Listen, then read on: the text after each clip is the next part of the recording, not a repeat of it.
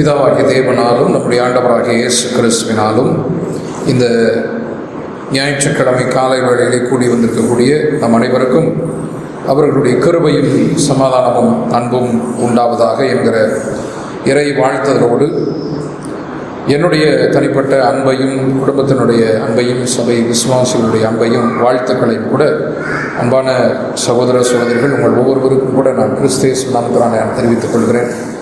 மீண்டுமாக அடியேனை இந்த இடத்திலே கூட்டி வந்து உங்களுக்கு ஊழியம் செய்யத்தக்கதான பெரும் கிருபையை தேவன் கொடுத்ததற்காக தேவனுக்கு அவர் தம் திருக்குமாரன் மூலமாக நன்றிகளையும் ஸ்தோத்திரங்களையும் மனத்தாழ்மையோடு நாம் ஏறெடுப்போம்.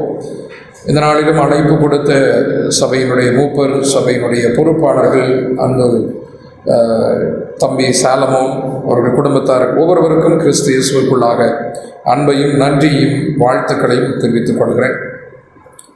அன்பானவர்களே, இந்த நாளில் நம்முடைய பரலோக தகப்பனுடைய நாமத்துக்கு மகிமையாகவும் நம்முடைய ஆவிக்குரிய வாழ்க்கைக்கு பிரயோஜனமாக இருக்கத்தக்கதாக உயிர்த்தெழுந்ததின் 7 உண்மைகள் என்கிற தலைப்பின் கீழாக நாம் வேத வசனங்களை ஆதாரமாக கொண்டு நாம் சில காரியங்களை தியானிக்க போகிறோம்.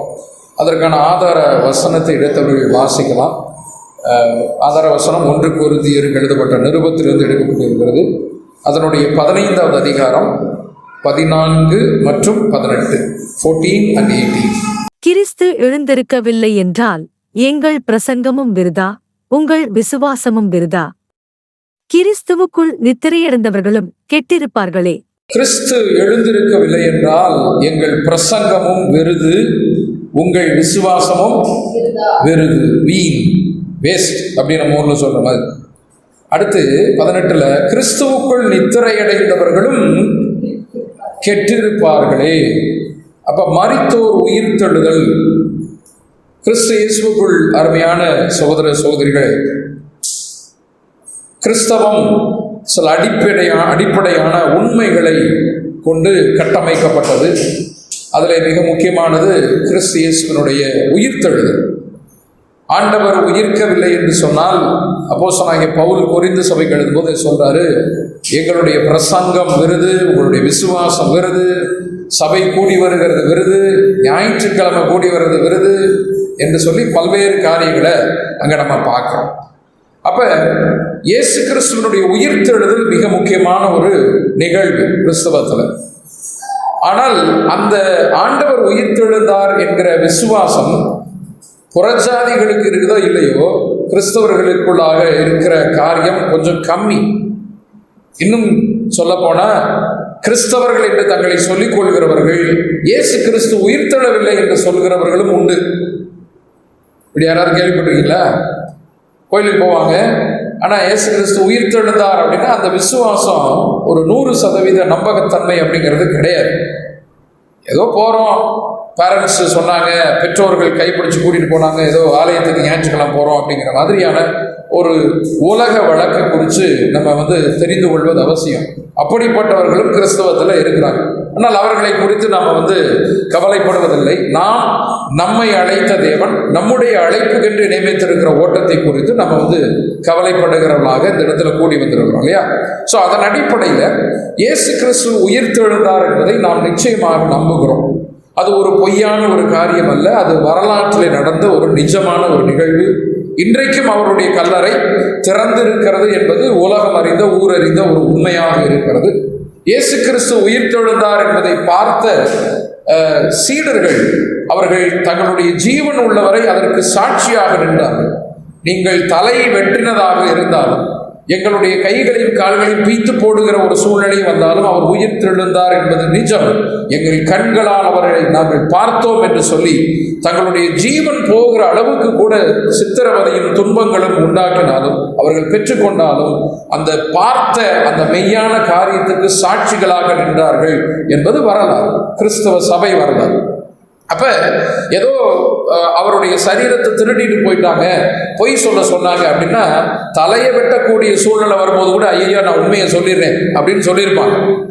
கையை வெட்ட போறேன், நெகத்தை பிடுங்க போறேன் அப்படின்னு சொல்ற சூழ்நிலை வரும்போது கூட ஐயோ நான் இத்தனை நாளா பொய் சொல்லிட்டு இருந்தேன்.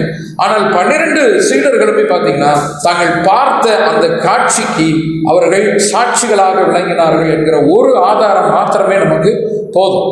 ஏன்னா நம்முடைய மனித மனம் நமக்கு தெரியும் இல்லையா? நம்ம ஒரு பொய்னா அப்படின்னா மிரட்டினா ஐயோ சாரி நான் பொய் சொல்லிட்டேன் அப்படின்னு சொல்லிட்டு உண்மை சொல்றேன் அப்படின்னு சொல்லிடுவோம். ஆனால் 12 சீடர்களும் அப்படிப்பட்ட ஒரு வாய்ப்பை அவர்கள் பெற்றபடினாலே தாங்கள் கண்ட அந்த சாட்சிக்கு அவர்கள் தங்களுடைய ஜீவன் இருக்கிறவரை சாட்சிகளாக வாழ்ந்தார்கள், மரித்தார்கள் என்று சொல்லி நம்ம சபை வரலாற்றில் நம்ம படிச்சிருக்கிறோம் அன்பார். ஆக இயேசு கிறிஸ்து ஏதோ ஒரு ஒரு புராண புருஷர், இதிகாச புருஷர், அவர் அடக்கம் செய்யப்பட்டார் என்று மாத்திரமல்ல, அவர் உயிர்த்தெழுந்தார் என்கிற உண்மையை உலகத்துக்கு சொல்ல வேண்டும் அப்படிங்கிற ஒரு விஷயம். அதுதான் நற்செய்தி அப்படிங்கிற ஒரு விஷயமாக இருக்கு. இன்றைக்கு நம்முடைய ஆவிக்குரிய வாழ்க்கைக்கு பிரயோஜனமாக ஆண்டவராக இயேசு கிறிஸ்து உயிர்த்தெழுந்த அந்த காரியத்துல ஒரு 7 விதமான உண்மைகளை குறித்து நம்ம பார்க்க போறோம். சரிங்களா? 7 விதமான உண்மைகள், தெரிந்த காரியங்கள் தான். கொஞ்சம் அதை நம்ம சுருக்கமாக நம்ம ஒரு தலைப்பின் கீழாக நம்முடைய ஆவிக்குரிய வாழ்க்கைக்கு பிரயோஜனமாக நம்ம பார்க்கிறோம். இயேசு கிறிஸ்துவனுடைய இந்த ஊழியத்தினுடைய காரியங்கள் சில நற்செய்தி நூல்களில் 4 நற்செய்தி நூலில் 1ல் குறிக்கப்பட்டிருக்கும், சில 3ல் விடுபட்டிருக்கும், அல்லது 2 நற்செய்தியாளர்கள் எழுதியிருப்பாங்க, மீதி 2 பேர் அதை விட்டிருப்பாங்க, 3 பேர் எழுதியிருப்பாங்க, இப்படி இருக்கு. ஆனால் உயிர்த்தெழுதல் 4 நற்செய்தியாளர்களும் தங்களுடைய நற்செய்தி நூல்களில் அவங்க பதிவு செஞ்சிருக்கிறாங்க. நீங்க நோட் பண்ணிக்கலாம். மத்தேயு 28வது அதிகாரத்தில் கிறிஸ்து இயேசுவினுடைய உயிர்த்தெழுதலின் காரியங்களை குறித்து அங்கே சொல்லப்பட்டிருக்கு. மத்தேயு 28வது அதிகாரம். அப்புறம் வீட்டில் நீங்க படிச்சு பாருங்க. மார்க் 16வது அதிகாரம், மத்தேயு 28, மார்க் 16, லூக்கா 24. லூக்கா நற்செய்தியாளர் தன்னுடைய 24வது அதிகாரத்தில் உயிர்த்தெழுதலின் காட்சிகளை குறித்து அங்கே சொல்றார். அடுத்து யோவான் நற்செய்தியாளர் 2 அதிகாரம் எழுதியிருக்காரு, 20 மற்றும் 21, கடைசி 2 அதிகாரம். மத்தேயு 28, மார்க் 16, லூக்கா 24, யோவான் 20 மற்றும் 21, இந்த 4 நற்செய்திகளிலுமே ஆண்டவர் உயிர்த்தெழுந்தார், அவர் மரித்தார், இந்த உலகத்திற்காக அவர் உயிர்த்தெழுந்தார் என்கிற காரியங்கள் பதிவு செய்யப்பட்டிருக்கிறது அப்படிங்கிறது நமக்கு தெரியும். சரி, இப்ப முதல் உண்மை என்னது? இயேசு கிறிஸ்து 3ஆம் நாளில் உயிர்த்தெழுந்தார் என்பது முதல் சத்தியம். 7 உண்மைகள்ல முதலாவது உண்மை நம்ம பார்க்கறது என்னன்னா, 3ஆம் நாளில் உயிர்த்தெழுந்தார். எந்த நாளில் அடிக்கப்பட்டாருங்க? குட் ஃப்ரைடே அன்னைக்கு கிடையாதா?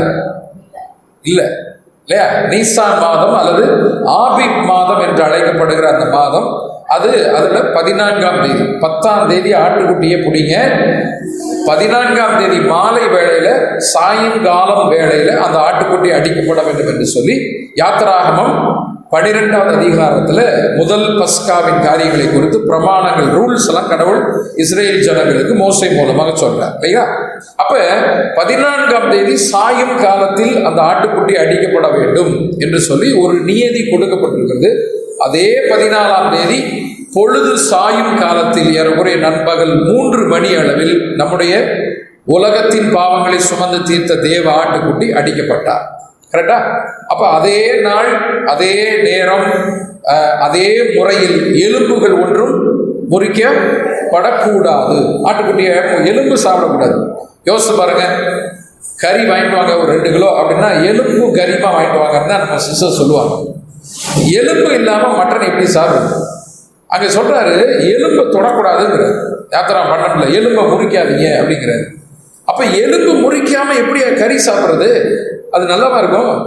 நமக்கு தெரியும், ஆகா நல்லா இருக்காது. ஞாயிற்றுக்கிழமை எதுவுமா எலும்பு கறி குறித்து பேசிக்கிட்டு இருக்கோம் இல்லையா? மட்டன் இல்லை. பட் வேற வழி இல்லை. அங்க தேவன் சொல்றாரு, கசப்பான கீரையோட சாப்பிடு, புளிப்பு இல்லாத அப்பத்தோட சாப்பிடு, பெல்ட்டை டைட் பண்ணிக்க. நம்ம பெல்ட்டை லூஸ் பண்ணிட்டு சாப்பிடுவோம். அவர் சொல்றாரு பெல்ட்டை டைட் பண்ணிக்க, கையில் ஒரு குச்சி கோல் ஒன்று பிடிச்சிக்க, செருவு போட்டுக்க, பாதரட்சியை போட்டுட்டு. என்னடா இப்படி யாராவது ஒரு விருந்து வைப்பாங்களா? பெல்ட்டை டைட் பண்ணிக்க, கையில பம்பு வச்சுக்க அப்படின்னு.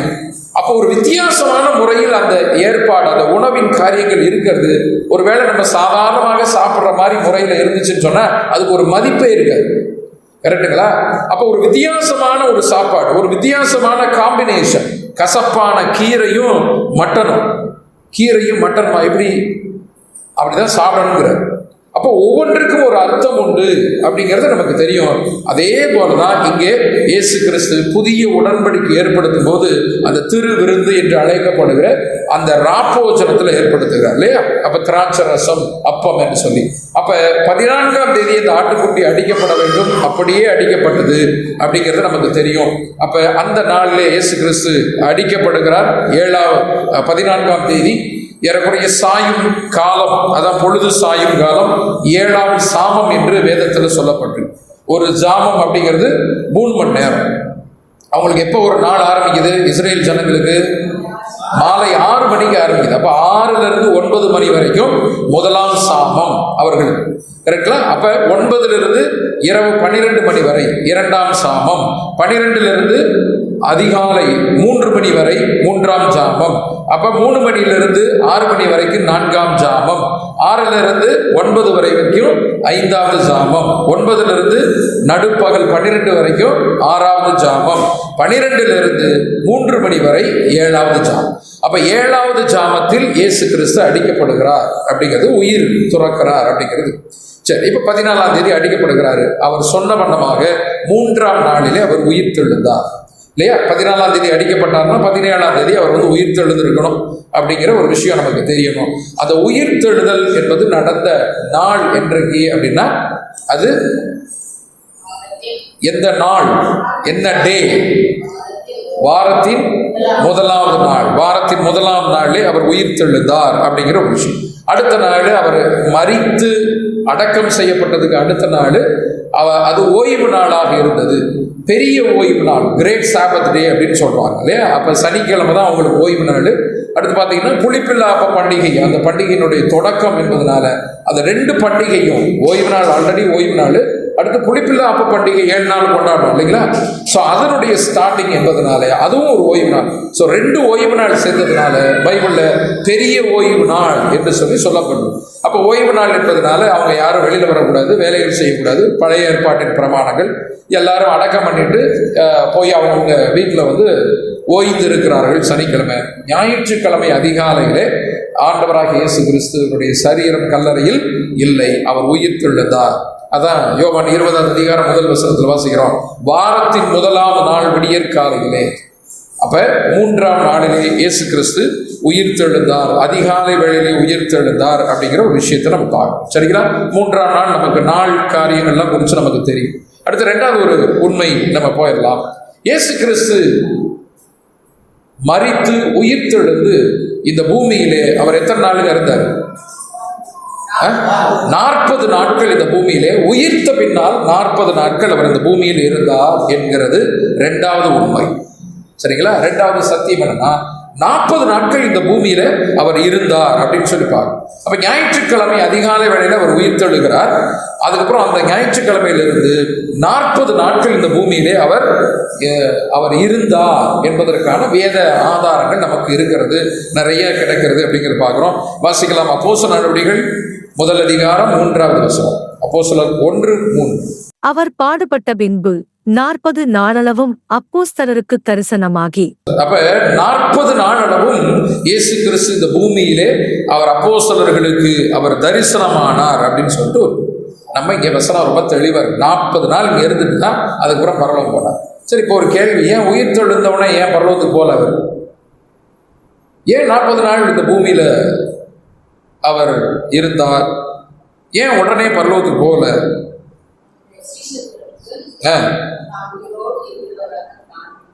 ஒரு நாள் போதும்ல சிஸ்டர், அதுக்கு 1 மணி நேரம் போதும்ல. நானும் இருக்கிறேன், அட்டரன்ஸ் உள்ளேன் ஐயா அப்படின்னு கிளாஸில் போடுற மாதிரி அப்போ வந்துட்டேன்ப்பா அப்படின்னு ஒரு 1 ஹவர் காமிச்சிட்டு போயிருக்கலாம். எதுக்கு 40 நாள்? சரியான ஒரு பதில், நல்ல பதில். ஏன் அதுக்கு ஏன் 40 நாள் வேணும்? அதுதான் ரொம்ப முக்கியமானது. Very good sister. அப்போ உயிரோடு நான் வந்துட்டேன்னு காமிக்கிறதுக்கு நமக்கு ஒரு 5 செகண்ட் போதும், 10 செகண்ட் போதும், ஒரு நிமிஷம் போதும். கரெக்டுங்களா? ஆனால் எதுக்கு 40 நாள் அவர் எடுத்துக்கிட்டார் பாருங்க. அதே 1:3 நீங்க வாசித்தீங்க இல்லையா? அதனுடைய பிற்பகுதி. அவர் பாடுபட்ட பின்பு 40 நாளளவும் அப்போஸ்தலருக்கு தரிசனமாகி தேவனுடைய ராஜ்யத்துக்குரியவைகளை அவர்களுடனே பேசி அநேகம் தெளிவான திருஷ்டாந்தங்களினாலே அவர்களுக்கு தம்மை உயிரோடிருக்கிறவராக காண்பித்தார். ரொம்ப முக்கியம். நான் உயிரோடு இருக்கிறேன், நான் வந்துட்டேன்னு சொல்லு அப்படிங்கிறது. ரைட்டா? நான் உயிரோடு இருக்கிறேன் அப்படிங்கிறது ரொம்ப முக்கியம். அதோடு கூட அவர்களை இன்னும் சத்தியத்தில் விசுவாசத்தில் வளர்ப்பதற்கான ஒரு வேலையை ஆண்டவர் செய்ய வேண்டிய ஒரு நிலை இருந்துச்சு. நான் எல்லாம் முடிந்து விட்டது, நிறைவேறிட்டுன்னு தலை சாய்த்து ஆவியை கொடுத்துட்டு உயிர் தெழுந்த உடனே அவர் பரலோகத்துக்கு போல. இன்னும் பெண்டிங் இருக்குது ஒர்க்கு. ஏன்னா நம்ம ஆளு கூட எங்கே போயிட்டாங்க? வாருங்கள் அப்படி போவோம் அப்படின்னு சொல்லிட்டு மனிதரை பிடிப்போர் ஆக்குவோம்னு போனாங்களா? இயேசு கிறிஸ்து மரித்தோன்னு எங்கே போயிட்டாங்க? அதோட இன்னும் முக்கியம்னு வேலைக்கு போயிட்டாங்க. அவங்க வேலைக்கு. உங்களை மனிதர்களை பிடிப்போர் ஆக்குவேன் வாங்கப்பா அப்படின்னு சொல்லிட்டு கூப்பிட்டுட்டு வந்தவர் மீன் பிடிக்க போனார். அதில் பேதுரு தான் நம்ம ஆள், நம்ம ரொம்ப ரொம்ப ஸ்பெஷலான ஆள். இவர் மட்டும் தனியாக போனோம்ல, வாங்கப்பா எல்லாரும் போகலாம் அப்படின்னு சொல்லிட்டு அப்படியே கூட்டிகிட்டு போகிறார். நம்ம வாசித்துருக்கோம் இல்லைங்களா? நான் மீன் பிடிக்க போகிறேன், யார் யாரெல்லாம் வர்றது அப்படின்னு. ஆமாப்பா, அவர் இருக்கிற வரைக்கும் ஒரு 3 வருஷம் மீன் பிடிக்கிறதுக்கு தேவையில்லாமல் இருந்துச்சு. சாப்பாடு போட்டார், அப்பம் போட்டார், நல்லா சுட சுட சாப்பிட்டுட்டு இருந்தோம். இப்போ நம்ம அவங்க பொழப்ப பார்க்கணும், வாங்க நம்ம போகலாம் அப்படின்னு சொல்லிட்டு பேதுரு கிளம்புறது மட்டும் இல்லாமல் எல்லாரும் கிளம்பி மீன் பிடிக்க போயிட்டாங்க. ரைட்டுங்களா? அப்போ இவங்களை திரும்ப என்ன பண்ணணும்? நான் உன்னை எதுக்கு கூட்டிகிட்டு வந்தேன், நீ என்ன திரும்ப போயிருக்கிற, என்ன திரும்ப செஞ்சுக்கிட்டு இருக்க? இப்போ இயேசு கிறிஸ்து மீண்டும் வந்து, நான் போயிட்டேன்னு நினைக்காத, நான் திரும்ப வந்துட்டேன், இங்கே தான் இருக்கிறேன், உங்க கூட தான் இருக்கிறேன். நான் சொன்னதை நீங்கள் நிறைவேற்றணும். நான் எதற்காக உங்களை அழைத்திருக்கிறேன், தேவன் எதற்காக உங்களை அழைத்திருக்கிறாரோ அந்த அழைத்த அழைப்புக்கு உண்மை உள்ளவர்களாக நீங்கள் இறுதி வரை நிற்க வேண்டும் என்பது நமக்கான ஒரு பாடமும் கூட. அன்பான சகோதரர், எதற்காக தேவன் என்னை அழைத்திருக்கிறார், என்ன நோக்கத்திற்காக அழைத்திருக்கிறார், அந்த அழைப்பை குறித்த அந்த தெரிந்து கொள்ளுதல், உறுதி செய்து கொண்டு என்னுடைய ஓட்டத்தை நான் இறுதி வரை ஓடணும். அது ரொம்ப முக்கியம். இந்த டீவியேட் ஆகிறது அப்படிங்கிற ஒரு விஷயம் ஆங்கிலத்தில் சொல்லுவாங்க. அப்போ என்னது, நான் என்னுடைய அழைப்பு இதுதான், இதை தான் நான் செய்ய வேண்டும் அப்படிங்கிறத விட்டுட்டு நம்ம திசை மாறி போய்விட்டோம் அப்படின்னா இதுதான். பேதுருவும் சீடர்கள் எல்லாருமே மீன் பிடிக்க போயிட்டாங்க. அதற்காக 3 வருஷம் ட்ரைனிங் கொடுத்தாரு ஆண்டவர் கூட. அதுக்காக அவள் மனுஷகுமாரன் பரலோகத்திலிருந்து இறங்கி அவரோடு உண்டு உறங்கி தலை சாய்க்கும் இடம் இல்லாமல் அவ்வளோ கஷ்டப்பட்டாரு. சரிங்களா? அப்ப 2வது, சீடர்களை விசுவாசத்தில் இன்னும் பலப்படுத்த வேண்டும். தான் உயிரோடு இருக்கிறேன் என்ற உண்மையை உலகத்திற்கு அவர்கள் சொல்ல வேண்டும். 2வது, தேவனுடைய ராஜ்யத்துக்குரிய காரியங்களை அவர்களுக்கு இன்னும் அதிகமாக தெளிவுபடுத்த வேண்டும் என்பதற்காக அவருக்கு 40 நாட்கள் தேவைப்பட்டது. சரிங்களா? ஏனென்றால் அவருடைய மனநிலைமை பார்த்தீங்கன்னா மீண்டும் அங்கே மீன் பிடிக்க போகலாம் அப்படிங்கிற மாதிரி இந்த உலகத்தின் ராஜ்யத்துக்குரிய காரியங்களாக இருந்துச்சு இல்லையா? அவங்க ஆண்டவர் இயேசு கிறிஸ்து பரலோகத்துக்கு போகும்போது கூட அங்கே ஒரு வசனம் இருக்குது, 6வது வசனம் பாருங்களே. அவர் பரலோகத்துக்கு போகிறேன் மேலே அப்படியே மேலே போய்கிட்டே இருக்கிறாரு. அப்போ அந்த நேரத்தில் கூட ஆண்டவரே கொஞ்சம் வெயிட் பண்ணுங்க, ஒரு ஃபைனல் கடைசி என்னது அது ஏதோ சொல்லுவாங்க, கடைசி ஆசை இல்லை என்னது, இந்த காலத்திலாவது ராஜ்யத்தை கொடுத்துட்டு போறீங்களா, இல்லை நீங்க மட்டும் வெறுமையா போறீங்க, நாங்கள் என்ன பண்றது? அப்ப இந்த உலகத்து ராஜ்யம், இந்த உலகத்து ராஜாக்கள், இந்த உலகத்து மந்திரி பதவிகள், இந்த மாதிரி போய்கிட்டு இருக்கக்கூடியவர்களை அவர்களை சரி பண்ண வேண்டும் என்பதற்காக இயேசு கிறிஸ்துவுக்கு 40 நாட்கள் தேவைப்பட்டுச்சு. சரிங்களா? ஆக்சுவலா நம்முடைய பலவீனம் தான், சீடர்களுடைய பலவீனத்திற்காக 40 நாட்களுடைய ஆண்டவர் நினைச்சார்னா இப்படிங்கிறதுக்குள்ள இமை பொழுது மறுரூபமாகிற மாதிரி மனசை மாத்திடலாம். ஆனால் நமக்கு நம்ம மனம் சாதாரண மனம் இல்லை இல்லையா? ஆண்டவரே வந்தாலும் சரி நம்ம தான் ஆண்டவரே, இப்படித்தான் ஆண்டவரே அப்படின்னு நம்ம அதுக்கேற்ற மாதிரி இது பண்ணுறதுனால தான் சரி ஓம் போகிற போக்கிலேயே நானும் வரேன்டான்னு சொல்லிட்டு வர்றேன். 40 நாள் அவருக்கு தேவை கிடையாது, நமக்கு சீடர்கள் விசுவாசத்தில் பலப்படுவதற்கு 40 நாட்கள் தேவை என்பதனாலே அவர்களோடு கூட இருந்தார் அப்படிங்கிறத நம்ம பார்க்கிறோம். 2வது உண்மை, முதல் உண்மை 3 நாட்கள் இயேசு கிறிஸ்து உயிர் தெழுந்தார். 3வது நாளிலே 2வது 40 நாட்கள் இந்த பூமியில இருந்தார் அப்படின்னு சொல்லிட்டு பார்க்கிறோம். இந்த 40 நாட்களும் இந்த 4 நற்செய்தி நூல்கள்லையும் அப்போஸ்தலர் நடவடிக்கைகள் 1 அதிகாரத்திலையும் இயேசு கிறிஸ்து தன்னுடைய சீடர்களோடு செலவிட்டது அப்படின்னு பார்த்தீங்கன்னா இந்த டைமிங்லாம் கொஞ்சம் வச்சு ஒரு கால்குலேட் பண்ணி பார்த்தோம்னா மொத்தமே 12 மணி நேரம் தான் அப்படிங்கிறாங்க. 40 நாட்கள் கூட இருந்தார். 40 நாளுமே கூட இல்லை. 40 நாட்கள்ல தன்னுடைய சீடர்களுக்கு தோன்றி சில காரியங்களை சொல்றது, சில காரியங்களை சொல்லிட்டு அப்புறம் மறைஞ்சிருது. இப்படி அவர் பேசினது, அவருடைய சீடர்களோடு செலவிட்ட நேரத்தை ஒரு ரஃபா ஒரு கால்குலேட் பண்ணி பார்த்தா, கணக்கு போட்டு பார்த்தா மொத்தம் 12 மணி நேரம் தான். திடீர்னு மறைஞ்சிடறாரு, திடீர்னு வர்றாரு, திடீர்னு மறைஞ்சிடறாரு, திடீர்னு வர்றாரு, இப்படிதான் அப்போ 12 மணி நேரம். மீதி மற்ற நேரத்துல எங்க இருந்தாரு? பூமியில தான் இருந்தாரு. அவர்களை வாட்ச் பண்ணிக்கிட்டு இருக்காரு. கரெக்டுங்களா? ஒரு இடத்துல அப்போஸ்தலர் இது யோவான் 21 அதிகாரத்தில் பேதுரு மீன் பிடிக்க போகலாம் அப்படின்னு போவாங்க. இரவு முழுவதும் வலை வீசி போட்டு பார்ப்பாங்க, மீனே கிடைக்காது. அந்த நேரத்தில் இயேசு கிறிஸ்து வந்து நிற்பார். அப்போ இயேசு கிறிஸ்து அதை வாட்ச் பண்ணிக்கிட்டு இருக்கணும் இல்லையா? அப்போ வந்து சொல்றாரு, வலது பக்கம் வலைய போடுங்க. எத்தனை மீன் கிடைச்சிச்சு? 143 153 பெரிய மீன்கள் 21 அதிகாரத்தில் பார்த்தீங்கன்னா அங்கே சொல்லப்பட்டிருக்கு இல்லையா? அப்போ பெரிய மீன்கள் அவர்களுக்கு அங்கே கிடைத்தது அப்படின்னு சொல்லிட்டு நம்ம அங்கே பார்க்கிறோம் அன்பானவர்களே. அப்போ இப்படித்தான் அப்ப இயேசு கிறிஸ்து அங்கே மீன்கள் கிடைத்தது கிடைக்கல எல்லாத்துக்கும் காரணம் அவர்தான். இரவு முழுவதும் மீன் பிடிக்கிறாங்க. கொஞ்சம் யோசிச்சு பாருங்க, பரம்பரையா மீனவர்கள் எந்த இடத்துல வலை போட்டா என்ன மீன் கிடைக்குங்கிறத அப்படி இந்த ஃபிங்கர் டிப்ஸ்ல இருக்க மாதிரி சொல்லுவாங்க. ஆனா அவங்களுக்கே மீன் கிடைக்கல. அதுக்கு என்ன காரணம்? இயேசு கிறிஸ்து தான். இப்படியா போற, உனக்கு மீன் கிடைச்சிச்சுன்னா என்ன ஆயிருந்திருக்கும் கொஞ்சம் யோசிச்சு பாருங்க. அப்புறம் கெண்டையும் கெளுத்தியும் வஜ்ர மீன்மா கிடைச்சுன்னு வச்சுக்கோங்க, ஆஹா கர்த்தர் என்னை ஆசீர்வதித்தா அப்படின்னு அல்லேலூயா அப்படின்னு சொல்லிட்டு வாடா நீ போய் வித்துட்டு திரும்ப அடுத்த நாள் வருவோம் அப்படின்னு, திரும்ப அதை போய் வித்துட்டு அடுத்த நாள் வருவோம் அப்படின்னு. அப்ப ஒரு தடை வருகிறது, தேவன் தடுக்கிறார், வரவேண்டிய ஆசீர்வாதம் நிறுத்தப்படுகிறது. ஏன்? திசை மாறி போனா வர வேண்டிய ஆசீர்வாதம் நிறுத்தப்படும். சரியா உன்னுடைய பாதை தேவ சித்தத்தின்படி இந்த பாதையில் நீங்க போயிட்டு இருந்தீங்கன்னா என்ன ஆகும்? எல்லாமே வந்து ஆசீர்வாதமா வந்து நடக்கும். கையிட்டு செய்கிற காரியங்கள் எல்லாம் அவர் வாய்க்க பண்ணுவார். திசை மாறிட்டோம் அப்படின்னா எல்லாம் ஸ்டாப் ஆயிடும். அதுதான் நம்ம இங்கே கற்றுக்கொள்ள வேண்டிய ஒரு விஷயமா இருக்குது இல்லைங்களா? அப்ப திரும்ப வலையை போடணும்னு வலை போடுறாங்க, அங்கே அவர்களுக்கு மீன்கள் கிடைக்கிறதாக நமக்கு பார்க்கிறோம் அன்பாங்க. அப்ப வாட்ச் பண்ணி கொண்டு இருக்கிறார் அப்படிங்கிற ஒரு விஷயத்தை பார்க்கிறோம் அப்படின்னு. சரி, இப்ப இது 2வது உண்மை இங்க பார்த்துருக்கோம், ரைட்டா? 3வது ஒரு உண்மை, அவருடைய சரீரம் அங்கு இல்லை என்பது உண்மை. 3ஆம் நாளிலே இயேசு கிறிஸ்து உயிர் தெழுந்தார் என்பது சத்தியம், உண்மை. 2வது 40 நாட்கள் இந்த பூமியிலே அவர் இருந்தார், உடனடியாக பரலோகத்துக்கு போகவில்லை என்பதும் 2வது உண்மை. 3வது அவருடைய சரீரம் அங்கு இல்லை. மத்தேயு நற்செய்தி நூல் 28வது அதிகாரம் 1-7 வரை. ஓய்வு நாட்கள் முடிந்து வாரத்தின் முதலாம் நாள் விடிந்து வருகையில் மகதலேனா மரியாளும் மற்ற மரியாளும் கல்லறையை பார்க்க வந்தார்கள். அப்பொழுது பூமி மிகவும் அதிரும்படி கர்த்தருடைய தூதன் வானத்திலிருந்திறங்கி வந்து வாசல் இருந்த கல்லை புரட்டித் தள்ளி அதின் மேல் உட்கார்ந்தான். அவனுடைய ரூபம் மின்னல் போலவும் அவனுடைய வஸ்திரம் உறைந்த மழையைப் போல வெண்மையாகவும் இருந்தது. காவலாளர் அவனுக்கு பயந்ததினால் திடுக்கிட்டுச் செத்தவர்கள் போலானார்கள். தூதன் அந்த ஸ்திரீகளை நோக்கி, நீங்கள் பயப்படாதிருங்கள், சிலுவையில் அறையப்பட்ட இயேசுவை தேடுகிறீர்கள் என்று அறிவேன்.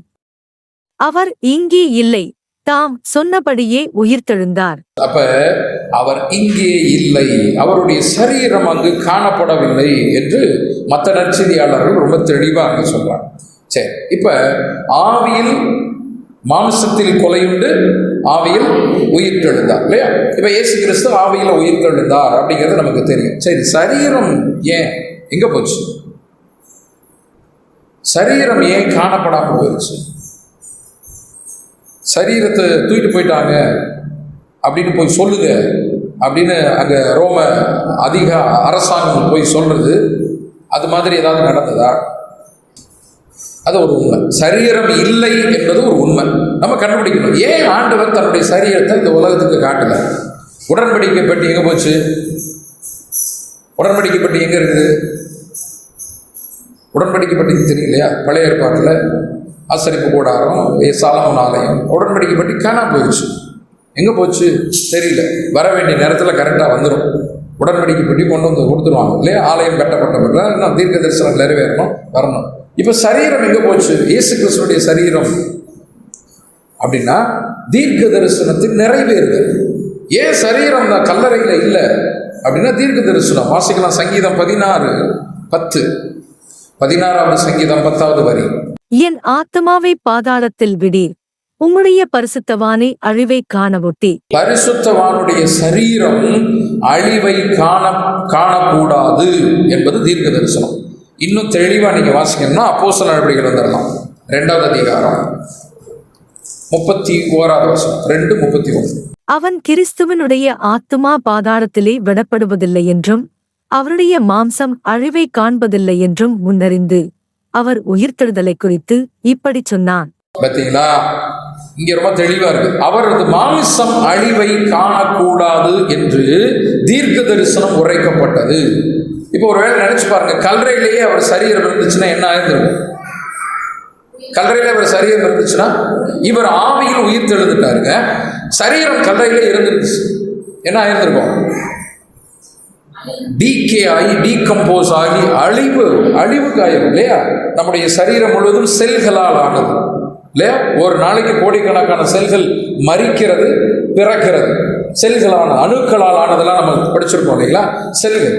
அப்ப இது எல்லாம் பார்த்தீங்கன்னு சொன்னா அந்த சரீரம் மண்ணோடு மண்ணாக மக்கி போகிறது.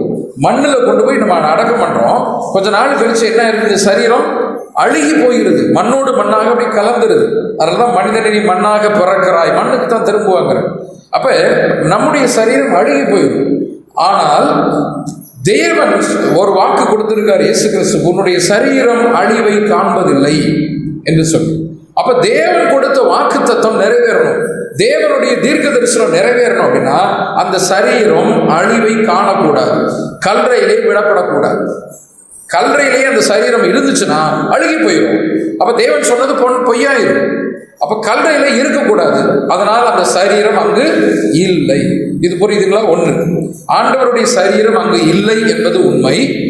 ஏன் இல்லை அப்படின்னா தீர்க்க தரிசனத்தினுடைய நிறைவேறுதல், தேவன் அவருக்கு கொடுத்த வாக்கு தத்துவத்தினுடைய நிறைவேறுதல் அங்க நடக்கணும். அதனால அந்த சரீரம் அங்கு இல்லை அப்படிங்கிற ஒரு விஷயம் ஒண்ணு. 2வது, சரீரம் காணப்படாமல் போயிடுச்சு. சரீரம் காணப்படாமல் போகணும் அப்படிங்கிற ஒரு விஷயம். ஒருவேளை சரீரம் இருக்குது, ஆண்டவர் உயிர் தெழுந்து விட்டார் அப்படின்னு சொன்னா நம்புவோமா? சரீரம் அங்க இருக்குது, கல்லறையில சரீரம் இருக்குது. இப்போ இந்த கோவாவில் ஏதோ புனிதர் சரீரத்தை வச்சிருக்காங்க இல்லையா, செய்வியர் ஏதோ சொன்னாங்க இல்லையா, அழுகாம அப்படி. ஸோ அது மாதிரி ஏதோ பாடம் பண்ணி நலத்தைலம்லாம் ஊற்றி வச்சு ஏதோ பன்றி வச்சிருக்காங்கன்னு வச்சுக்கோங்களே, பண்ணி வச்சுட்டு சரீரம் இருக்குது. இயேசு கிறிஸ்து உயிர் தெழுந்து விட்டார் அப்படின்னு இப்ப நமக்கு சொல்றாங்க. நம்ம நம்புவோமா? நம்மளே நம்ப மாட்டோம். கரெக்டுங்களா? சாதாரணமா நடைமுறையை யோசிச்சு பாருங்களேன், நம்ப மாட்டோம். அப்ப சரீரம் அங்க இருக்கிறது, இயேசு கிறிஸ்து உயிர் தெழுந்து விட்டார், ஆவியில் உயிர் தெழுந்தார் அப்படின்னா போப்பா உனக்கு வேலை இல்லை அப்படின்னு. இப்ப நம்முடைய நம்பிக்கை வளர்வதற்காகவும் சில அற்புதத்தை தேவன் செய்ய வேண்டி இருந்தது. சரிங்களா? சில அற்புதத்தை தேவன் செய்ய வேண்டி இருந்தது. நம்முடைய விசுவாசம் வளர்வதற்காக தான் அற்புதங்கள் நம்ம வாசித்திருக்கோம். அப்ப அங்கே ஆண்டவருடைய சரீரம் காணப்படாமல் போய்விட்டது. எப்படி தெரியல, தேவன் அற்புதத்தை செஞ்சாரு, மறைச்சு வச்சிருக்காரு, அவ்வளவுதான். ஏன்? நீங்க நம்பணும். சரீரம் இருந்தது என்று சொன்னால் ஆண்டவர் உயிர் தெழுந்து விட்டாருன்னா நீங்க நம்ப மாட்டீங்க. அதனால சரீரம் காணப்படாமல் போகும். 2வது, முதல் பாயிண்ட் என்ன பார்த்தோம்? சரீரம் அங்கே இருந்துச்சுன்னா சரீரம் அழுகி போயிடும். அது தேவ தீர்க்க தரிசனத்துக்கு விரோதமானது காரியம் என்பதனாலே ஆண்டவருடைய சரீரம் கல்லறையில் இல்லை. கரெக்டுங்களா? கல்லறையில் இல்லை. அந்த சரீரம் திரும்ப வருமா? பார்க்கலாமா? சரீரம் வருமா? அதுக்கு ஒரு அடையாளம் தான் நான் முன்னாடியே சொன்னேன். உடன்படிக்கை பெட்டி வருமா? வரும் வராதுங்கிறீங்களா? உடன்படிக்கை பெட்டி சரீரம். சகரியா 12:10, அவரை குத்தினவர்கள் எல்லோரும் அவர் என்ன பண்ண போறாங்க? வரணும், பார்க்கணும். தேவ திட்டம் ஒருவேளை இருந்ததுன்னா சரீரத்தை ஒருவேளை நம்ம எல்லாருமே அப்படியே தேவனுடைய பிள்ளைகள் இல்லையா? அப்ப இயேசு கிறிஸ்துவை காணாமல் விசுவாசிக்கிறவங்க ஆண்டவர் உயிர் தெழுந்தாரு. யூதர்கள், கிரேக்கர்கள் பார்த்தீங்கன்னா அவங்க எல்லாம் 1000 கேள்வி கேட்கிறவங்க. இப்போ அவங்க இயேசு கிறிஸ்து வந்துட்டாரு, 2ஆம் வருகையில் வந்துட்டாரு, இவர் தான் இயேசு கிறிஸ்து அப்படின்னா எங்க இருக்காரு? அவர் சரீரத்தை காமி. யாரையாவது காமிச்சோம்னா இவர் இல்லை, அவர் தாடி வச்சிருப்பாரு, சிவப்பா ட்ரெஸ் போட்டிருப்பாரு. நம்ம படம்லாம் அப்படித்தானே காமிக்கிறோம். யூதர்களுக்கு தெரியும், யூதாசுக்கு தெரியும், பேதுருவுக்கு தெரியும், யோவானுக்கு தெரியும், பிலாத்துக்கு தெரியும், ஏரோதுக்கு தெரியும் அவருடைய சரீரம் எப்படி இருந்தது. கரெக்டுங்களா? அவரை குத்தினவர்கள் அவரை நோக்கி பார்த்து தங்கள் ஒரே பேரானவனுக்காக புலம்புவது போல புலம்ப வேண்டும் என்பது தீர்க்க தரிசனம். எப்படி புலம்புவாங்க? அந்த சரீரத்தை காட்டினாதான் புலம்ப முடியும். கரெக்டுங்களா? அப்படிதான் நம்ம கெஸ் பண்றோம். தேவ திட்டம் எப்படின்னு தெரியல. அப்ப மீண்டும் அந்த சரீரம் ஒரு வேளை கொண்டு வரப்பட வேண்டும் இல்லையா? வந்திருக்கணும். அதனால ஒருவேளை அந்த சரீரத்தை தேவன் மறைத்து வைத்திருக்கலாம் என்று நம்ம கெஸ் பண்றோம். மூன்றாவது ஒரு உண்மை.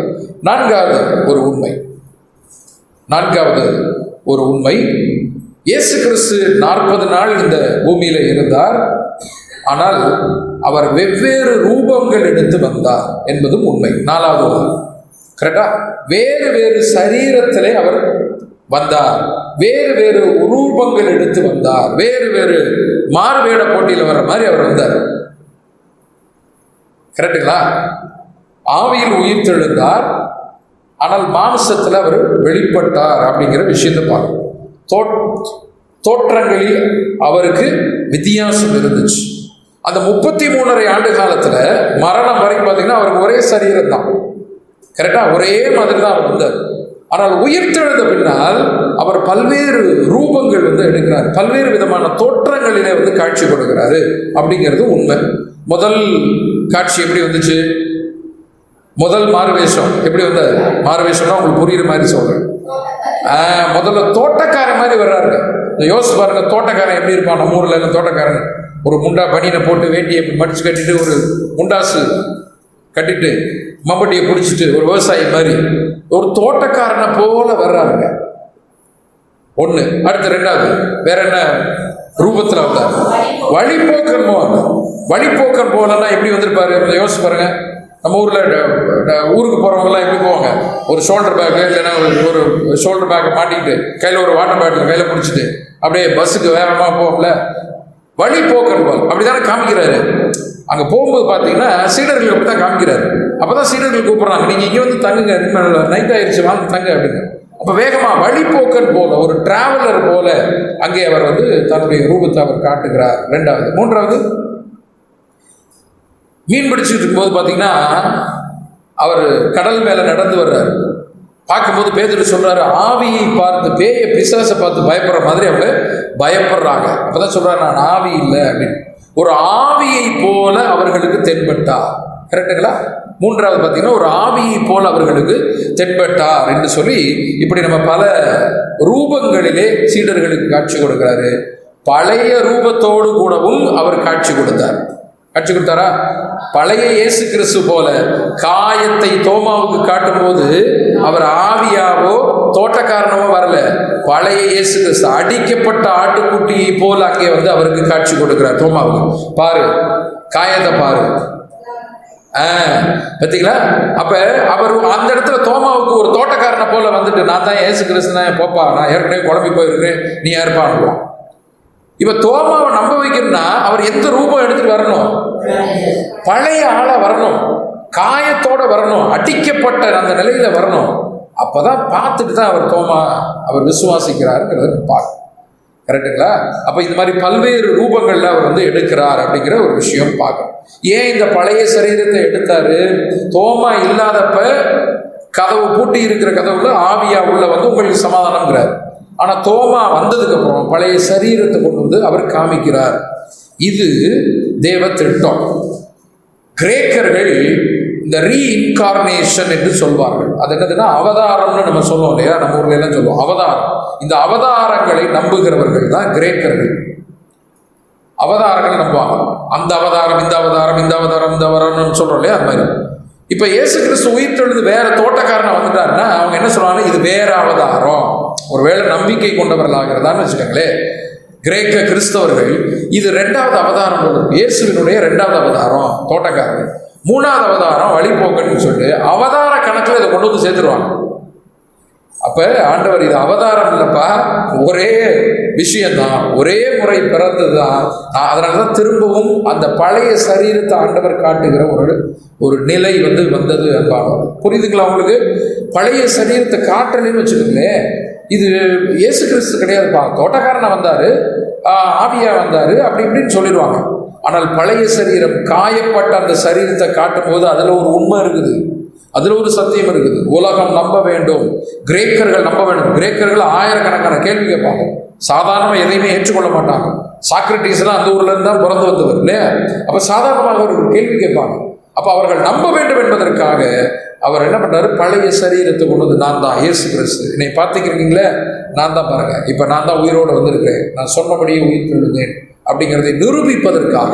அதனாலதான் அப்போஸ்தலர் 1:3 நம்ம வாசித்தோம், திருஷ்டாந்தங்களினாலே நான் உயிரோடு இருக்கிறேன் என்று தன்னை நிரூபிப்பதற்காக அவர் காட்சி கொடுத்தார் என்று பாருங்க. அப்ப வேற வேற ரூபங்கள்ல அவர் வந்தார் அப்படிங்கிறத நம்ம பார்க்கிறோம். மீன் கூட சாப்பிட்றார் அவர்களோடு, கரெக்டுங்களா? ஒரு டிவைன் பாடி தான், ஒரு ஆவியில தான் அவர் உயிர்ப்பிக்கப்பட்டார். சாப்பிடணும்னு அவசியமே கிடையாது, கரெக்டுங்களா? ஆவிக்கு சாப்பாடு இருக்கா? சாப்பிடணும்னு அவசியமே இல்லை. ஆனால் அவர்கள் நம்ப வேண்டும் என்பதற்காக என்ன பண்றாரு, அப்பங்களை விட்டு அவர் சாப்பிட்றாரு. மீன் அங்க பொறிச்சு வைக்கப்பட்டிருக்கு, சாப்பிட்றது போல அங்க காரியங்கள் நமக்கு சொல்லப்பட்டிருக்கு. அவர்கள் நம்ப வேண்டும் என்பதற்காக தான் அப்படிங்கிறத நம்ம புரிந்து கொள்ள வேண்டும் அன்பானவர்களே. ஸோ அப்ப தன்னுடைய ரூபம் மாற்றப்படுகிறது, அணிந்த உடைகள் வேற வேற உடைகள் அவர் அணிந்திருக்கிறார், தோற்றத்துல வேற வேற தோற்றங்கள் வந்திருக்கிறது. ஆனா குரல் பார்த்தீங்கன்னா அதே குரல், அந்த பழக்க வழக்கங்கள்லாம் அதே பழக்கம். எப்படி சொல்றீங்க? அந்த குரலை பார்த்து மரியே அப்படின்னு கூப்பிடுற அந்த ஸ்டைல் இருக்கு இல்லையா, ஒவ்வொருத்தருக்கும் ஒரு ஸ்டைல் இருக்கும்.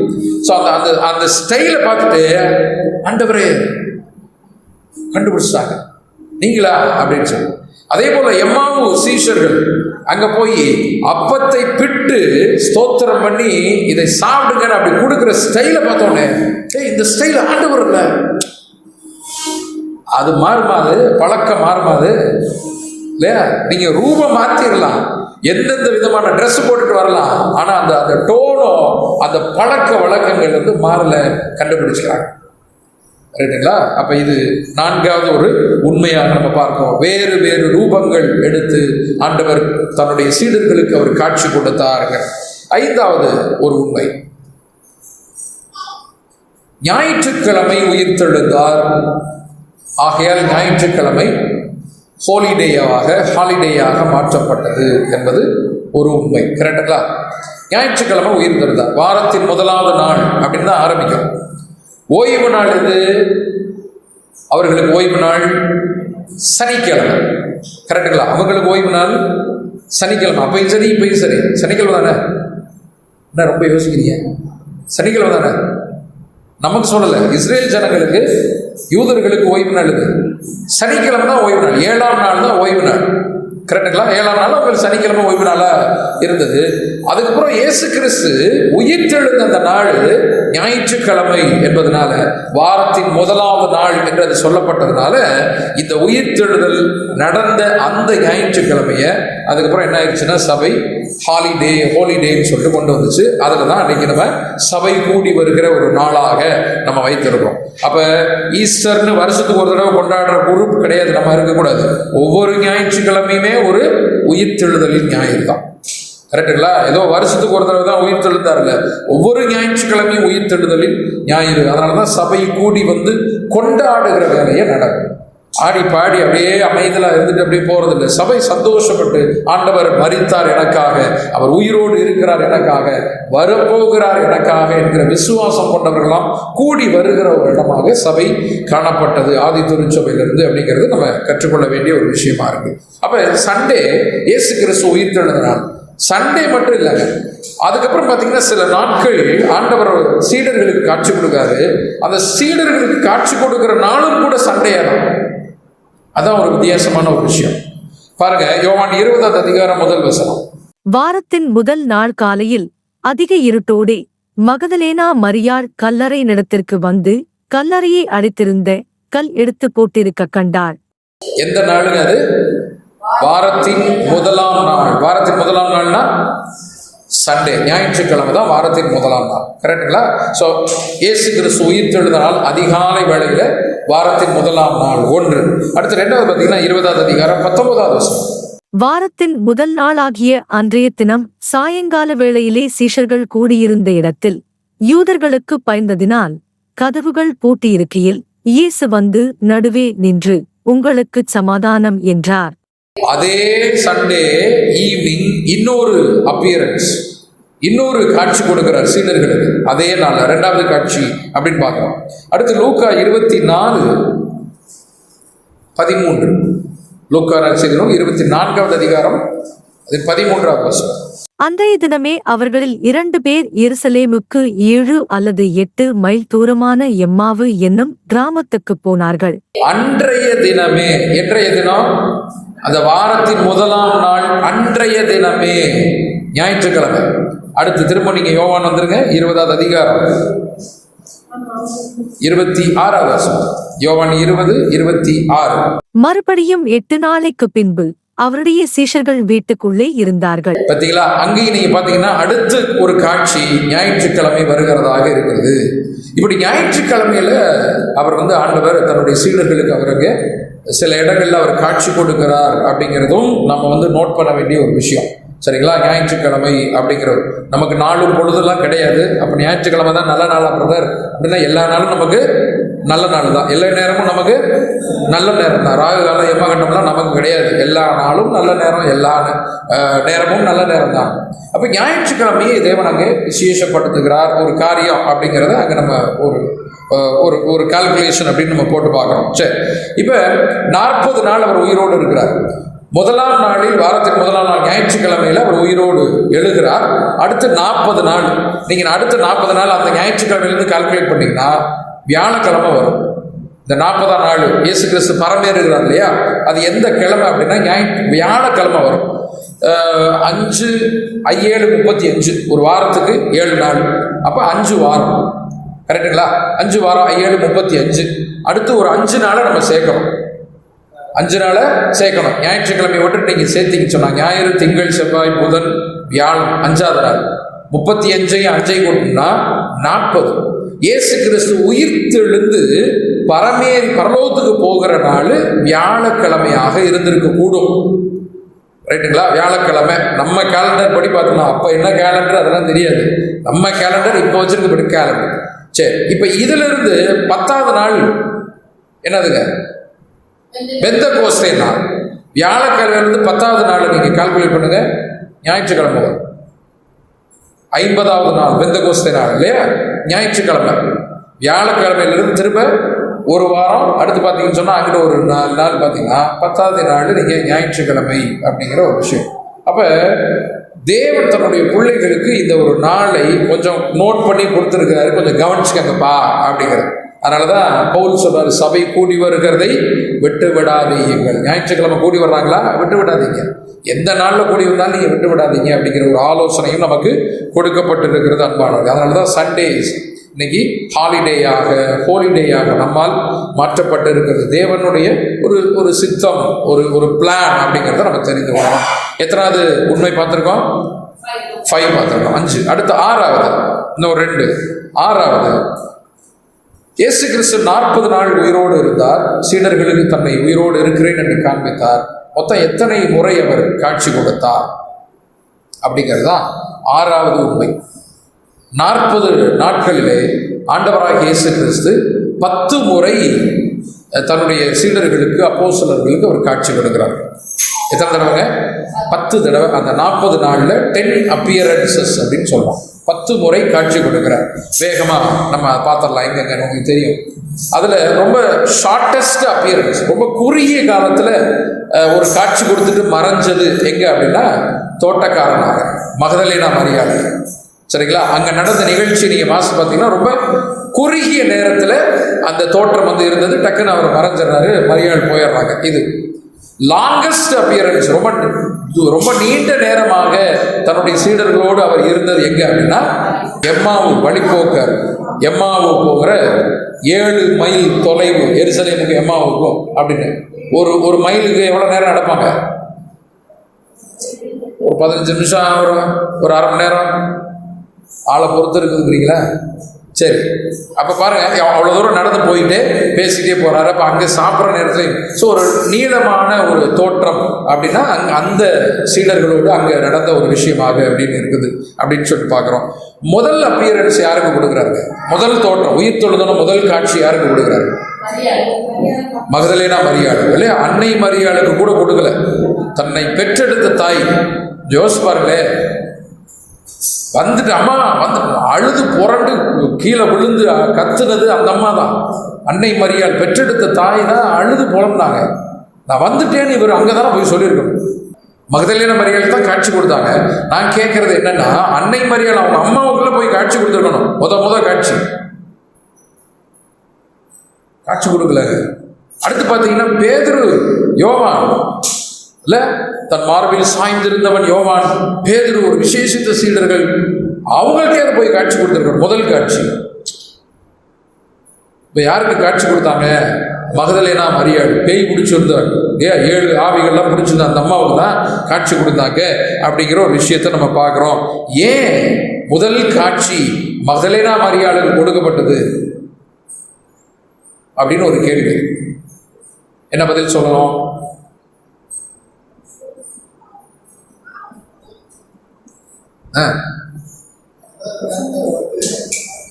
அவ்வளவுதான், சிம்பிளா அந்த சாலமன் சொன்னா. அப்படி தேடி வந்தது அவங்க தானுங்க. கல்லறைக்கு ஓடி வந்தது யாரு? அன்னை மரியாள் வந்தாங்களா? பேதுரு வந்தாங்களா? மீன் பிடிக்க போயிட்டாரு அவரு. தேடி வந்தது, நாடி வந்தது, ஆர்வத்தோடு வந்தது, ஆண்டவரிடம் வந்தது அந்த அம்மா தான், மகதலேனா மரியாள். அதனாலதான் அவங்களுக்கு காட்சி. அன்னை மரியாள் வரல, 3ஆம் நாள் உயிரோடு வருவேன்னு அவங்களுக்கு தான் கேள்விப்பட்டிருப்பாங்க, காதல விழுந்திருக்கோம். நம்ம பையன் சொன்னானே அப்படின்னு சொல்லிட்டு வந்திருக்கணும்ல, வரல. பார்த்தீங்களா?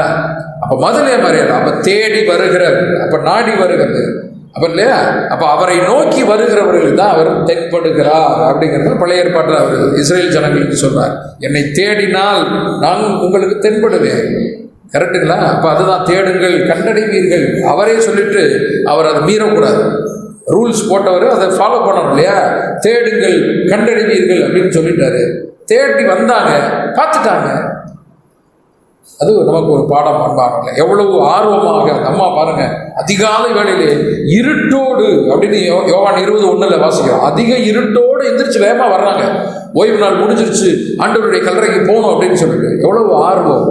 சகேயு நம்ம பார்த்துருக்கோம். சகேயு ஒரு பெரிய ஆபீசர் இஸ்ரேல்ல இல்லையா? எருசலேம் பட்டணத்துல இருந்து ஒரு பெரிய கவர்மெண்ட் ஆபீசருங்க அவரு. இயேசு எப்படிப்பட்டவரோ என்று பார்க்க வகை தேடினான்னு ஒரு வசனம் வரும்.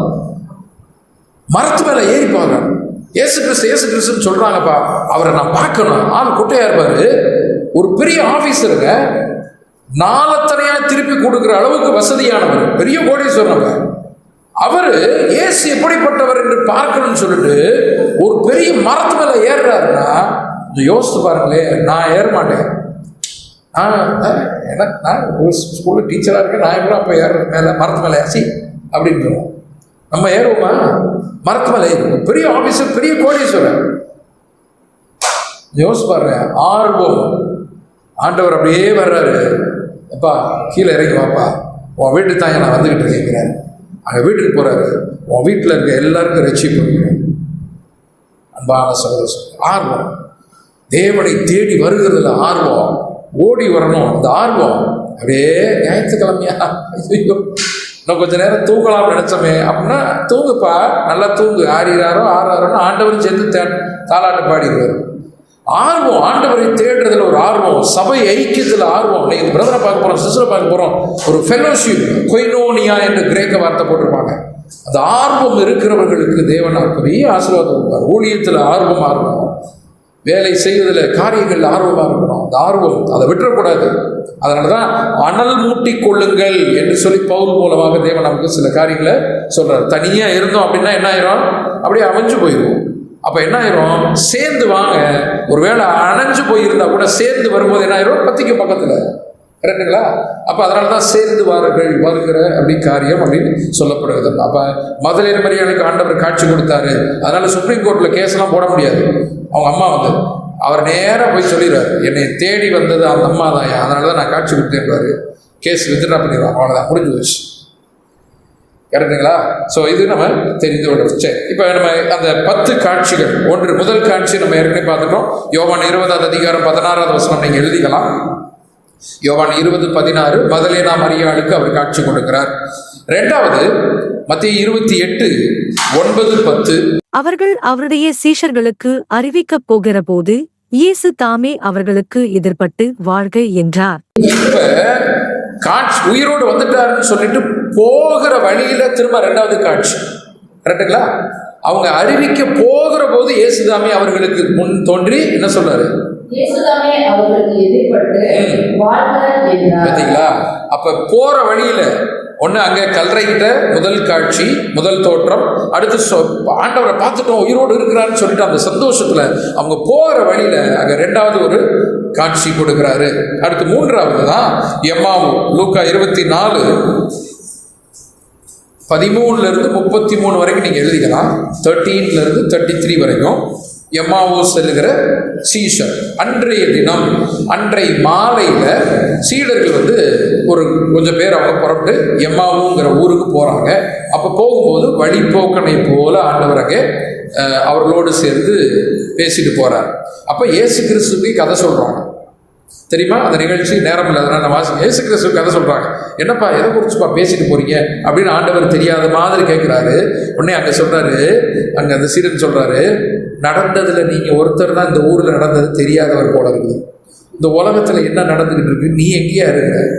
இந்த உலகத்துல என்ன நடந்துச்சு தெரியுமா? நீங்க ஒருத்தர் தான் தெரியாத போல. உடனே இவர் அப்படி என்ன நடந்தது, அந்த டயலாக் பாருங்க, அப்படி என்ன நடந்தது அப்படின்னு உடனே இவங்க நாசரேத்தின் ஊர்ல இயேசுன்னு ஒருத்தர் இருந்தாரு, அவர் நல்லவராக தான் இருந்தாரு, அவரை அடிச்சு கொண்டு விட்டாங்க படுகாவிய, அவர் இன்னைக்கு அடிச்சு கொண்டு மரித்து இன்றோடு 3ஆம் நாள் ஆயிடுச்சு. அதோட நிப்பாட்டில் அடுத்து சொல்றாங்க, எங்களோடு சேர்ந்த சிலர் அவர் உயிரோடு இருக்கிறார் என்று சொல்லிக்கிட்டு இருக்காங்க அப்படின்னு சொல்றார். உடனே இவர் இயேசு கிறிஸ்து என்ன பண்றாரு? அடுத்து அந்த டயலாக்லாம் பார்த்தீங்கன்னா ஒரு நாடகம் மாதிரி போட்டால் எப்படி இருக்கும்? உடனே இயேசு கிறிஸ்து சொல்றாரு, மோசே முதல் கொண்டு தன்னை பற்றி சொன்ன எல்லா வசனங்களையும் எடுத்து வச்சுக்கிட்டே வர்றாரு. ஒன்றும் புரியல அவரு, எதுக்குடா இதை சொல்லிக்கிட்டு வர்றாரு, ஒன்றும் புரியல தான், ஆனால் கேட்டுக்கிட்டே வர்றாங்க. ரைட்டுங்களா? கேட்டுக்கிட்டே வர்றாங்க. சொல்ல வேண்டியது அவருக்கு கடமை. பரிசுத்த ஆவி கொடுக்கப்படலை, இவங்களுக்கு முழுசா புரியாதுங்கிறது ஆண்டவருக்கு தெரியும். ஆனா விதைய போடுறது அவருடைய வேலை. பிரசங்கில வாசிக்கிறோம் இல்லையா, என்னது? ஆகாரத்தை தண்ணீர்ல போடு, அநேக நாட்களுக்கு பின்னால் பலனை காண்பாய். சொல்ல வேண்டியது உன் வேலை, சொல்லிடு. விளைய செய்கிறது தேவன். கரெக்டுங்களா? விளைய செய்கிறது தேவன். அப்போ ஆண்டவர் இதெல்லாம் சொல்லிகிட்டே வர்றாரு. அவங்க சேர்ற இடம் வந்துருச்சு. உடனே சாப்பிட போகும்போது தான் அவர்கள் கண்டுகொள்கிறார்கள், மறைந்து போகிறார். மூன்றாவது தோற்றம் இல்லையா காட்சி. நான்காவது காட்சி அதே நாள் இரவு வேளையிலே, யோவான் 20:19. வாரத்தின் முதல் நாளாகிய அன்றைய தினம் சாயங்கால வேளையிலே சீஷர்கள் கூடியிருந்த இடத்தில் யூதர்களுக்கு பயந்ததினால் கதவுகள் பூட்டியிருக்கையில் இயேசு நடுவே நின்று, உங்களுக்கு சமாதானம் என்றார். அதே நாள் இரவு வேளையில மீண்டும் நான்காவது ஒரு காட்சி கொடுக்கிறார் சீடர்களுக்கு. பூட்டி இருக்கிற கதவு அங்க போய் உங்களுக்கு சமாதானம் அப்படின்னு சொல்ற. ஏன் கதவை பூட்டி வச்சிருக்கிறாங்க? அங்கே வசனம் இருக்குது, யூதர்களுக்கு பயந்ததுனால கதவை பூட்டி அங்க அவங்க மேல் மாடி அறையில அவர்கள் இருந்தார்கள் அப்படிங்கிறத குறித்து அங்க நம்ம பார்க்கிறோம் இல்லைங்களா? மேல் வீடு அப்படிங்கிறது இயேசு கிறிஸ்து ராபோஜனம் ஏற்படுத்தினது மேல் மாடி அறை இல்லையா, மேல் வீடு. அது மாதிரி உயிர் தெழுதல் இந்த காட்சி நடந்ததும் மேல் வீடு தான். அதே போல பெந்தெகோஸ்தே நாள்ல பரிசுத்த ஆவி பொழியப்பட்டது 120 பேருக்கும், அதுவும் மேல் வீடு. நீங்க இருக்கிறதும் சரியா? அப்ப மேல் வீடு ஒரு விசேஷமான ஒரு காரியமாக அங்கே சொல்லப்படுகிறது அப்படின்னு பார்க்கிறோம். நான்காவது ஒரு காட்சி இல்லையா. அடுத்து ஐந்தாவது யோவான் 20ஆவது அதிகாரம் 26 to 29 வரை தோமாவுக்கு காட்சி கொடுக்கிறது. தோமாவுக்கு காட்சி கொடுக்கிறது. அங்க நீங்க எழுதிக்கங்க, 26 to 29 வரை தோமாவுக்கு காட்சி கொடுக்கிறது அப்படின்னு சொல்லி அங்க சொல்றாரு. தோமா விசுவாசிக்கல இல்லையா? நாங்க ஏன்னா இந்த நான்காவது பூட்டிய வீட்டுக்குள்ள இயேசு கிறிஸ்து உங்களுக்கு சமாதானம் காட்சி கொடுத்த போது தோமா அங்க இல்லை. கரெக்டா? தோமா இல்லை. உடனே தோமா வந்தோடனே நாங்கள் ஆண்டவரை பார்த்தோம் அப்படின்னோன்னா, போங்கப்பா நான் நம்ப மாட்டேன், எல்லாரும் ஆளுக்கு ஒரு கதை சொல்லிக்கிட்டு இருக்கீங்க அப்படின்னு சொல்லிட்டு அப்போ அவர் தான் சொல்றாரு, அவருடைய காயத்தை நான் பார்த்தாதொழியே, அதில் விரலை போட்டாதொழியே நான் நம்ப மாட்டேன். அவர் எதை சொன்னாரோ அதையே வச்சு ஆண்டவர் அடுத்த காட்சி கொடுத்து, அப்பா காயத்தை பாரு அப்படிங்கிறார். காயத்தில் கை வச்சாரா? காயத்தில் கை வச்சாரா? வசனம் அங்கே ஏதாவது போட்டிருக்கா? காயத்திலே கை வைத்து பார்த்தார், கைவிட்டார் அப்படின்னு ஏதாவது இருக்குதா? அந்த வசனத்தின் அடிப்படையில் அங்கே இல்லை. தொட விடலை இயேசு கிறிஸ்து. மரியாள்கிட்ட கூட, மகதலேனா மரியாள்கிட்ட என்ன சொல்றாரு? என்ன தொடாத, இல்லையா? ஆவியில் உயிர்ப்பிக்கப்பட்டார். அந்த சரீரம் வானத்துக்குரிய மேனி அப்படின்னு ஒரு விஷயம் இருக்குது இல்லையா? ஸோ அப்போ அங்கே தொட விடலை. நீங்கள் அந்த 10 காட்சிகள் பார்த்தீங்கன்னா இயேசு கிறிஸ்துவோட கூட இருந்து மார்பில் சாய்ந்திருந்தார், அவரை தொட்டு இருந்தாங்க அப்படிங்கிற மாதிரி இல்லை. தொட விடலை. ஒரு வித்தியாசமான சரீரம் என்பது மட்டும் நம்ம இந்த அளவுக்கு தெரிஞ்சுக்கிட்டா போதும் அன்பானவர்களே. சரி, இப்போ அடுத்து 5வது நம்ம பார்த்துட்டோம். அடுத்து 6வது தோற்றம், இயேசு கிறிஸ்து உயிர்த்தெழுந்த பின்னால் 6வது ஒரு காட்சி. 1 கொரிந்தியர் 15வது அதிகாரம் 6வது வசனம். அதன் பின்பு அவர் 500 பேருக்கு அதிகமான சகோதரருக்கும் ஒரே வேளையில் தரிசனமானார். இங்கே ஒரு 500 பேருக்கும் அதிகமான சகோதரர்களுக்கு ஆண்டவர் காட்சி கொடுத்தார் என்கிற ஒரு காரியம். இது எத்தனாவது காட்சி? 6வது காட்சி. காலவரிசையின் அடிப்படையில் இது எங்க நடந்துச்சு, எந்த நாளில் நடந்துச்சு, எந்த இடத்துல நடந்துச்சுங்கிறது நமக்கு சொல்லப்படலை. 500 பேருக்கும் அதிகமானோருக்கு அவர் காட்சி கொடுத்தாருங்கிறது சொல்லப்படுகிறது. அது யார், என்ன விவரம் நமக்கு பைபிளில் சொல்லப்படலை, அவ்வளோதான். அடுத்து 7வது ஒரு ஸ்பெஷல் தரிசனம் ஒரே ஒரு ஆளுக்கு, யாக்கோபு தம்பி. 1 கொரிந்தியர் 15:7. பின்பு யாக்கோபுக்கும் அதன் பின்பு அப்போஸ்தலர் எல்லாருக்கும் தரிசனமானார். யாக்கோபுக்கு காட்சி கொடுக்கிறார். யாக்கோபு கூட பிறந்த தம்பி இல்லையா, ஆண்டவருடைய சகோதரர், அவருக்கு காட்சி கொடுக்கிறார். 7வது ஒரு காட்சி, உயிர்த்தெழுந்த பின்னால் 7வது காட்சி. அடுத்து 8வது காட்சி மத்தேயு நற்செய்தி 28வது அதிகாரம் 16-17. 11 சீஷர்களும் கலிலேயாவிலே இயேசு தங்களுக்கு குறித்திருந்த மலைக்கு போனார்கள். அவர் ஏற்கனவே சொல்லியிருந்த மலையில அவங்க போறாங்க, அங்கு ஒரு காட்சி கொடுக்கிறாரு. 11 சீஷர்களுக்கு அவர் காட்சி கொடுக்கிறாருங்கிறத 8வது காட்சி. அடுத்து 9வது யோவான் 21வது அதிகாரம் 1-24 வரைக்கும். அந்த ஃபுல் சாப்டர் நீங்க எழுதிக்கலாம். 1-24 வரைக்கும். அதுல கலிலேயா கடற்கரையில் நடந்த ஒரு காட்சி, திபேரியா கடற்கரை. சரிங்களா? அங்குதான் வந்து பிள்ளைகளே சாப்பிட்றதுக்கு ஏதாவது இருக்குதா, பொரிச்ச மீன் அவிச்ச மீன்லாம் அங்கே சொல்லிட்டு இருக்காங்க இல்லையா? ஸோ அங்கே தான் அவருக்கு வந்து அங்கே அந்த காரியம் அங்கே நடக்குது அப்படிங்கிறத நம்ம பார்க்குறோம். இது எத்தனாவது காட்சிங்க நம்ம பார்த்தது? 9. அடுத்து 10வது கடைசியாக ஒலிவ மலையில், அதான் அப்போஸ்தலர்கள் முதல் அதிகாரம் 1-11 வரைக்கும் நீங்கள் எழுதிக்கலாம். 1-11 வரை நீங்கள் வாசித்து பார்த்தீங்கன்னா அங்கே ஒலிவ மலையில் கடைசி காட்சி. அந்த காட்சி முடித்தோடனே அவர் பரலோகத்துக்கு ஏறி போகிறார். பரமேறுதல் நிகழ்ச்சி அப்படிங்கிறது அங்கே நடக்குது. ஸோ இது வரைக்கும் 10 காட்சிகள் பார்க்குறோம். 40 நாட்கள் உயிரோடு இருந்து 10 விதமான காட்சிகளை தன்னுடைய சீடர்களுக்கு, அப்போஸ்தலர்கள், அவர் தன்னை விரும்பின பிள்ளைகளுக்கு, தேவ பிள்ளைகளுக்கு அவர் காட்சி கொடுத்தார். 11வது காட்சி ஒன்று இருக்குது. அது எங்கங்க? என்ன சார்? பரமேறினதுக்கு அப்புறம் 40 நாள் வரைக்கும் 10 காட்சிகள். 11வது ஒரு காட்சி ஒரு நபருக்கு கொடுத்தா, தமஸ்குக்கு போகிற வழியில். நேரடியாக லிட்டரலாக அவர் பார்க்கல, ஆனால் அங்கே 11வது காட்சி என்று சொல்லி நம்ம அதை சேர்த்துக்கலாம். பேசுறாருலே பவுல்ல, தமஸ்கு நகருக்கு கிறிஸ்தவர்களை கொலை செய்வதற்காக குதிரை மேலே ஏறி போயிட்டு இருக்கும்போது அங்கே சொல்றாரு, அடிக்கிறார், நீங்க யாரு? நான் தான் இயேசு, முள்ளில் உதைக்கிறது உனக்கு கடினமாம் என்று சொல்லி அங்கே நம்ம பார்க்குறோம். அப்போஸ்தலர் நடவடிக்கைகள் 9வது அதிகாரத்தில் அந்த நிகழ்ச்சி பதிவு செய்யப்பட்டிருக்கு. அப்ப 40 நாள்ல 10 காட்சி. அடுத்து சில நாட்கள் கழித்து பவுல் இல்லையா, சவுல், அவருக்கு காட்சி கொடுக்கிற ஒரு காரியம் அப்படிங்கிறத பார்க்குறோம். 12வது ஒரு காட்சி. 10 பார்த்தோம். அடுத்து 11வது காட்சி சில மாதங்கள், வருடங்கள் கழித்து. அடுத்து 12வது ஒரு காட்சி இன்னும் சில வருடங்கள் கழித்து. வெளிப்படுத்தின விசேஷம் முதல் அதிகாரம் 7வது வசனம். இதோ மேகங்களுடனே வருகிறார், கண்கள் யாவும் அவரை காணும், அவரை குத்தினவர்களும் அவரை காண்பார்கள். கண்கள், இந்த உலகத்தில் அத்தனை கண்கள் யாவும் அவரை பார்க்கும். குத்தினவர்கள் நோக்கி பார்ப்பார்கள் அப்படின்லாம் இருக்கு இல்லையா? அப்போ உலகத்தில் இருக்கக்கூடிய எல்லா கண்களும் அவரை நோக்கி பார்க்கும். இது 12வது காட்சி, ஆளுகையின் காட்சி. 12 ஆளுகையின் நம்பர் இல்லையா? ஸோ 12வது காட்சி ஆண்டவருடைய 2ஆம் வருகையில் உலகத்தினுடைய எல்லா கண்களும், மனிதர்கள் எல்லாரும் அவரை பார்ப்பார்கள் அப்படிங்கிற ஒரு விஷயம். அது ஒரு தரிசனம், 12வது தரிசனமாக இந்த பரிசுத்த வேதாகமத்தில் பதிவு செய்யப்பட்டிருக்கிறது. அன்பான சகோதர சகோதரிகளே, ஸோ இதுதான் மொத்தம் 12 காட்சிகள், 40 நாளில் 10 காட்சிகள் அப்படின்னு சொல்லிட்டு நம்ம பார்க்குறோம்.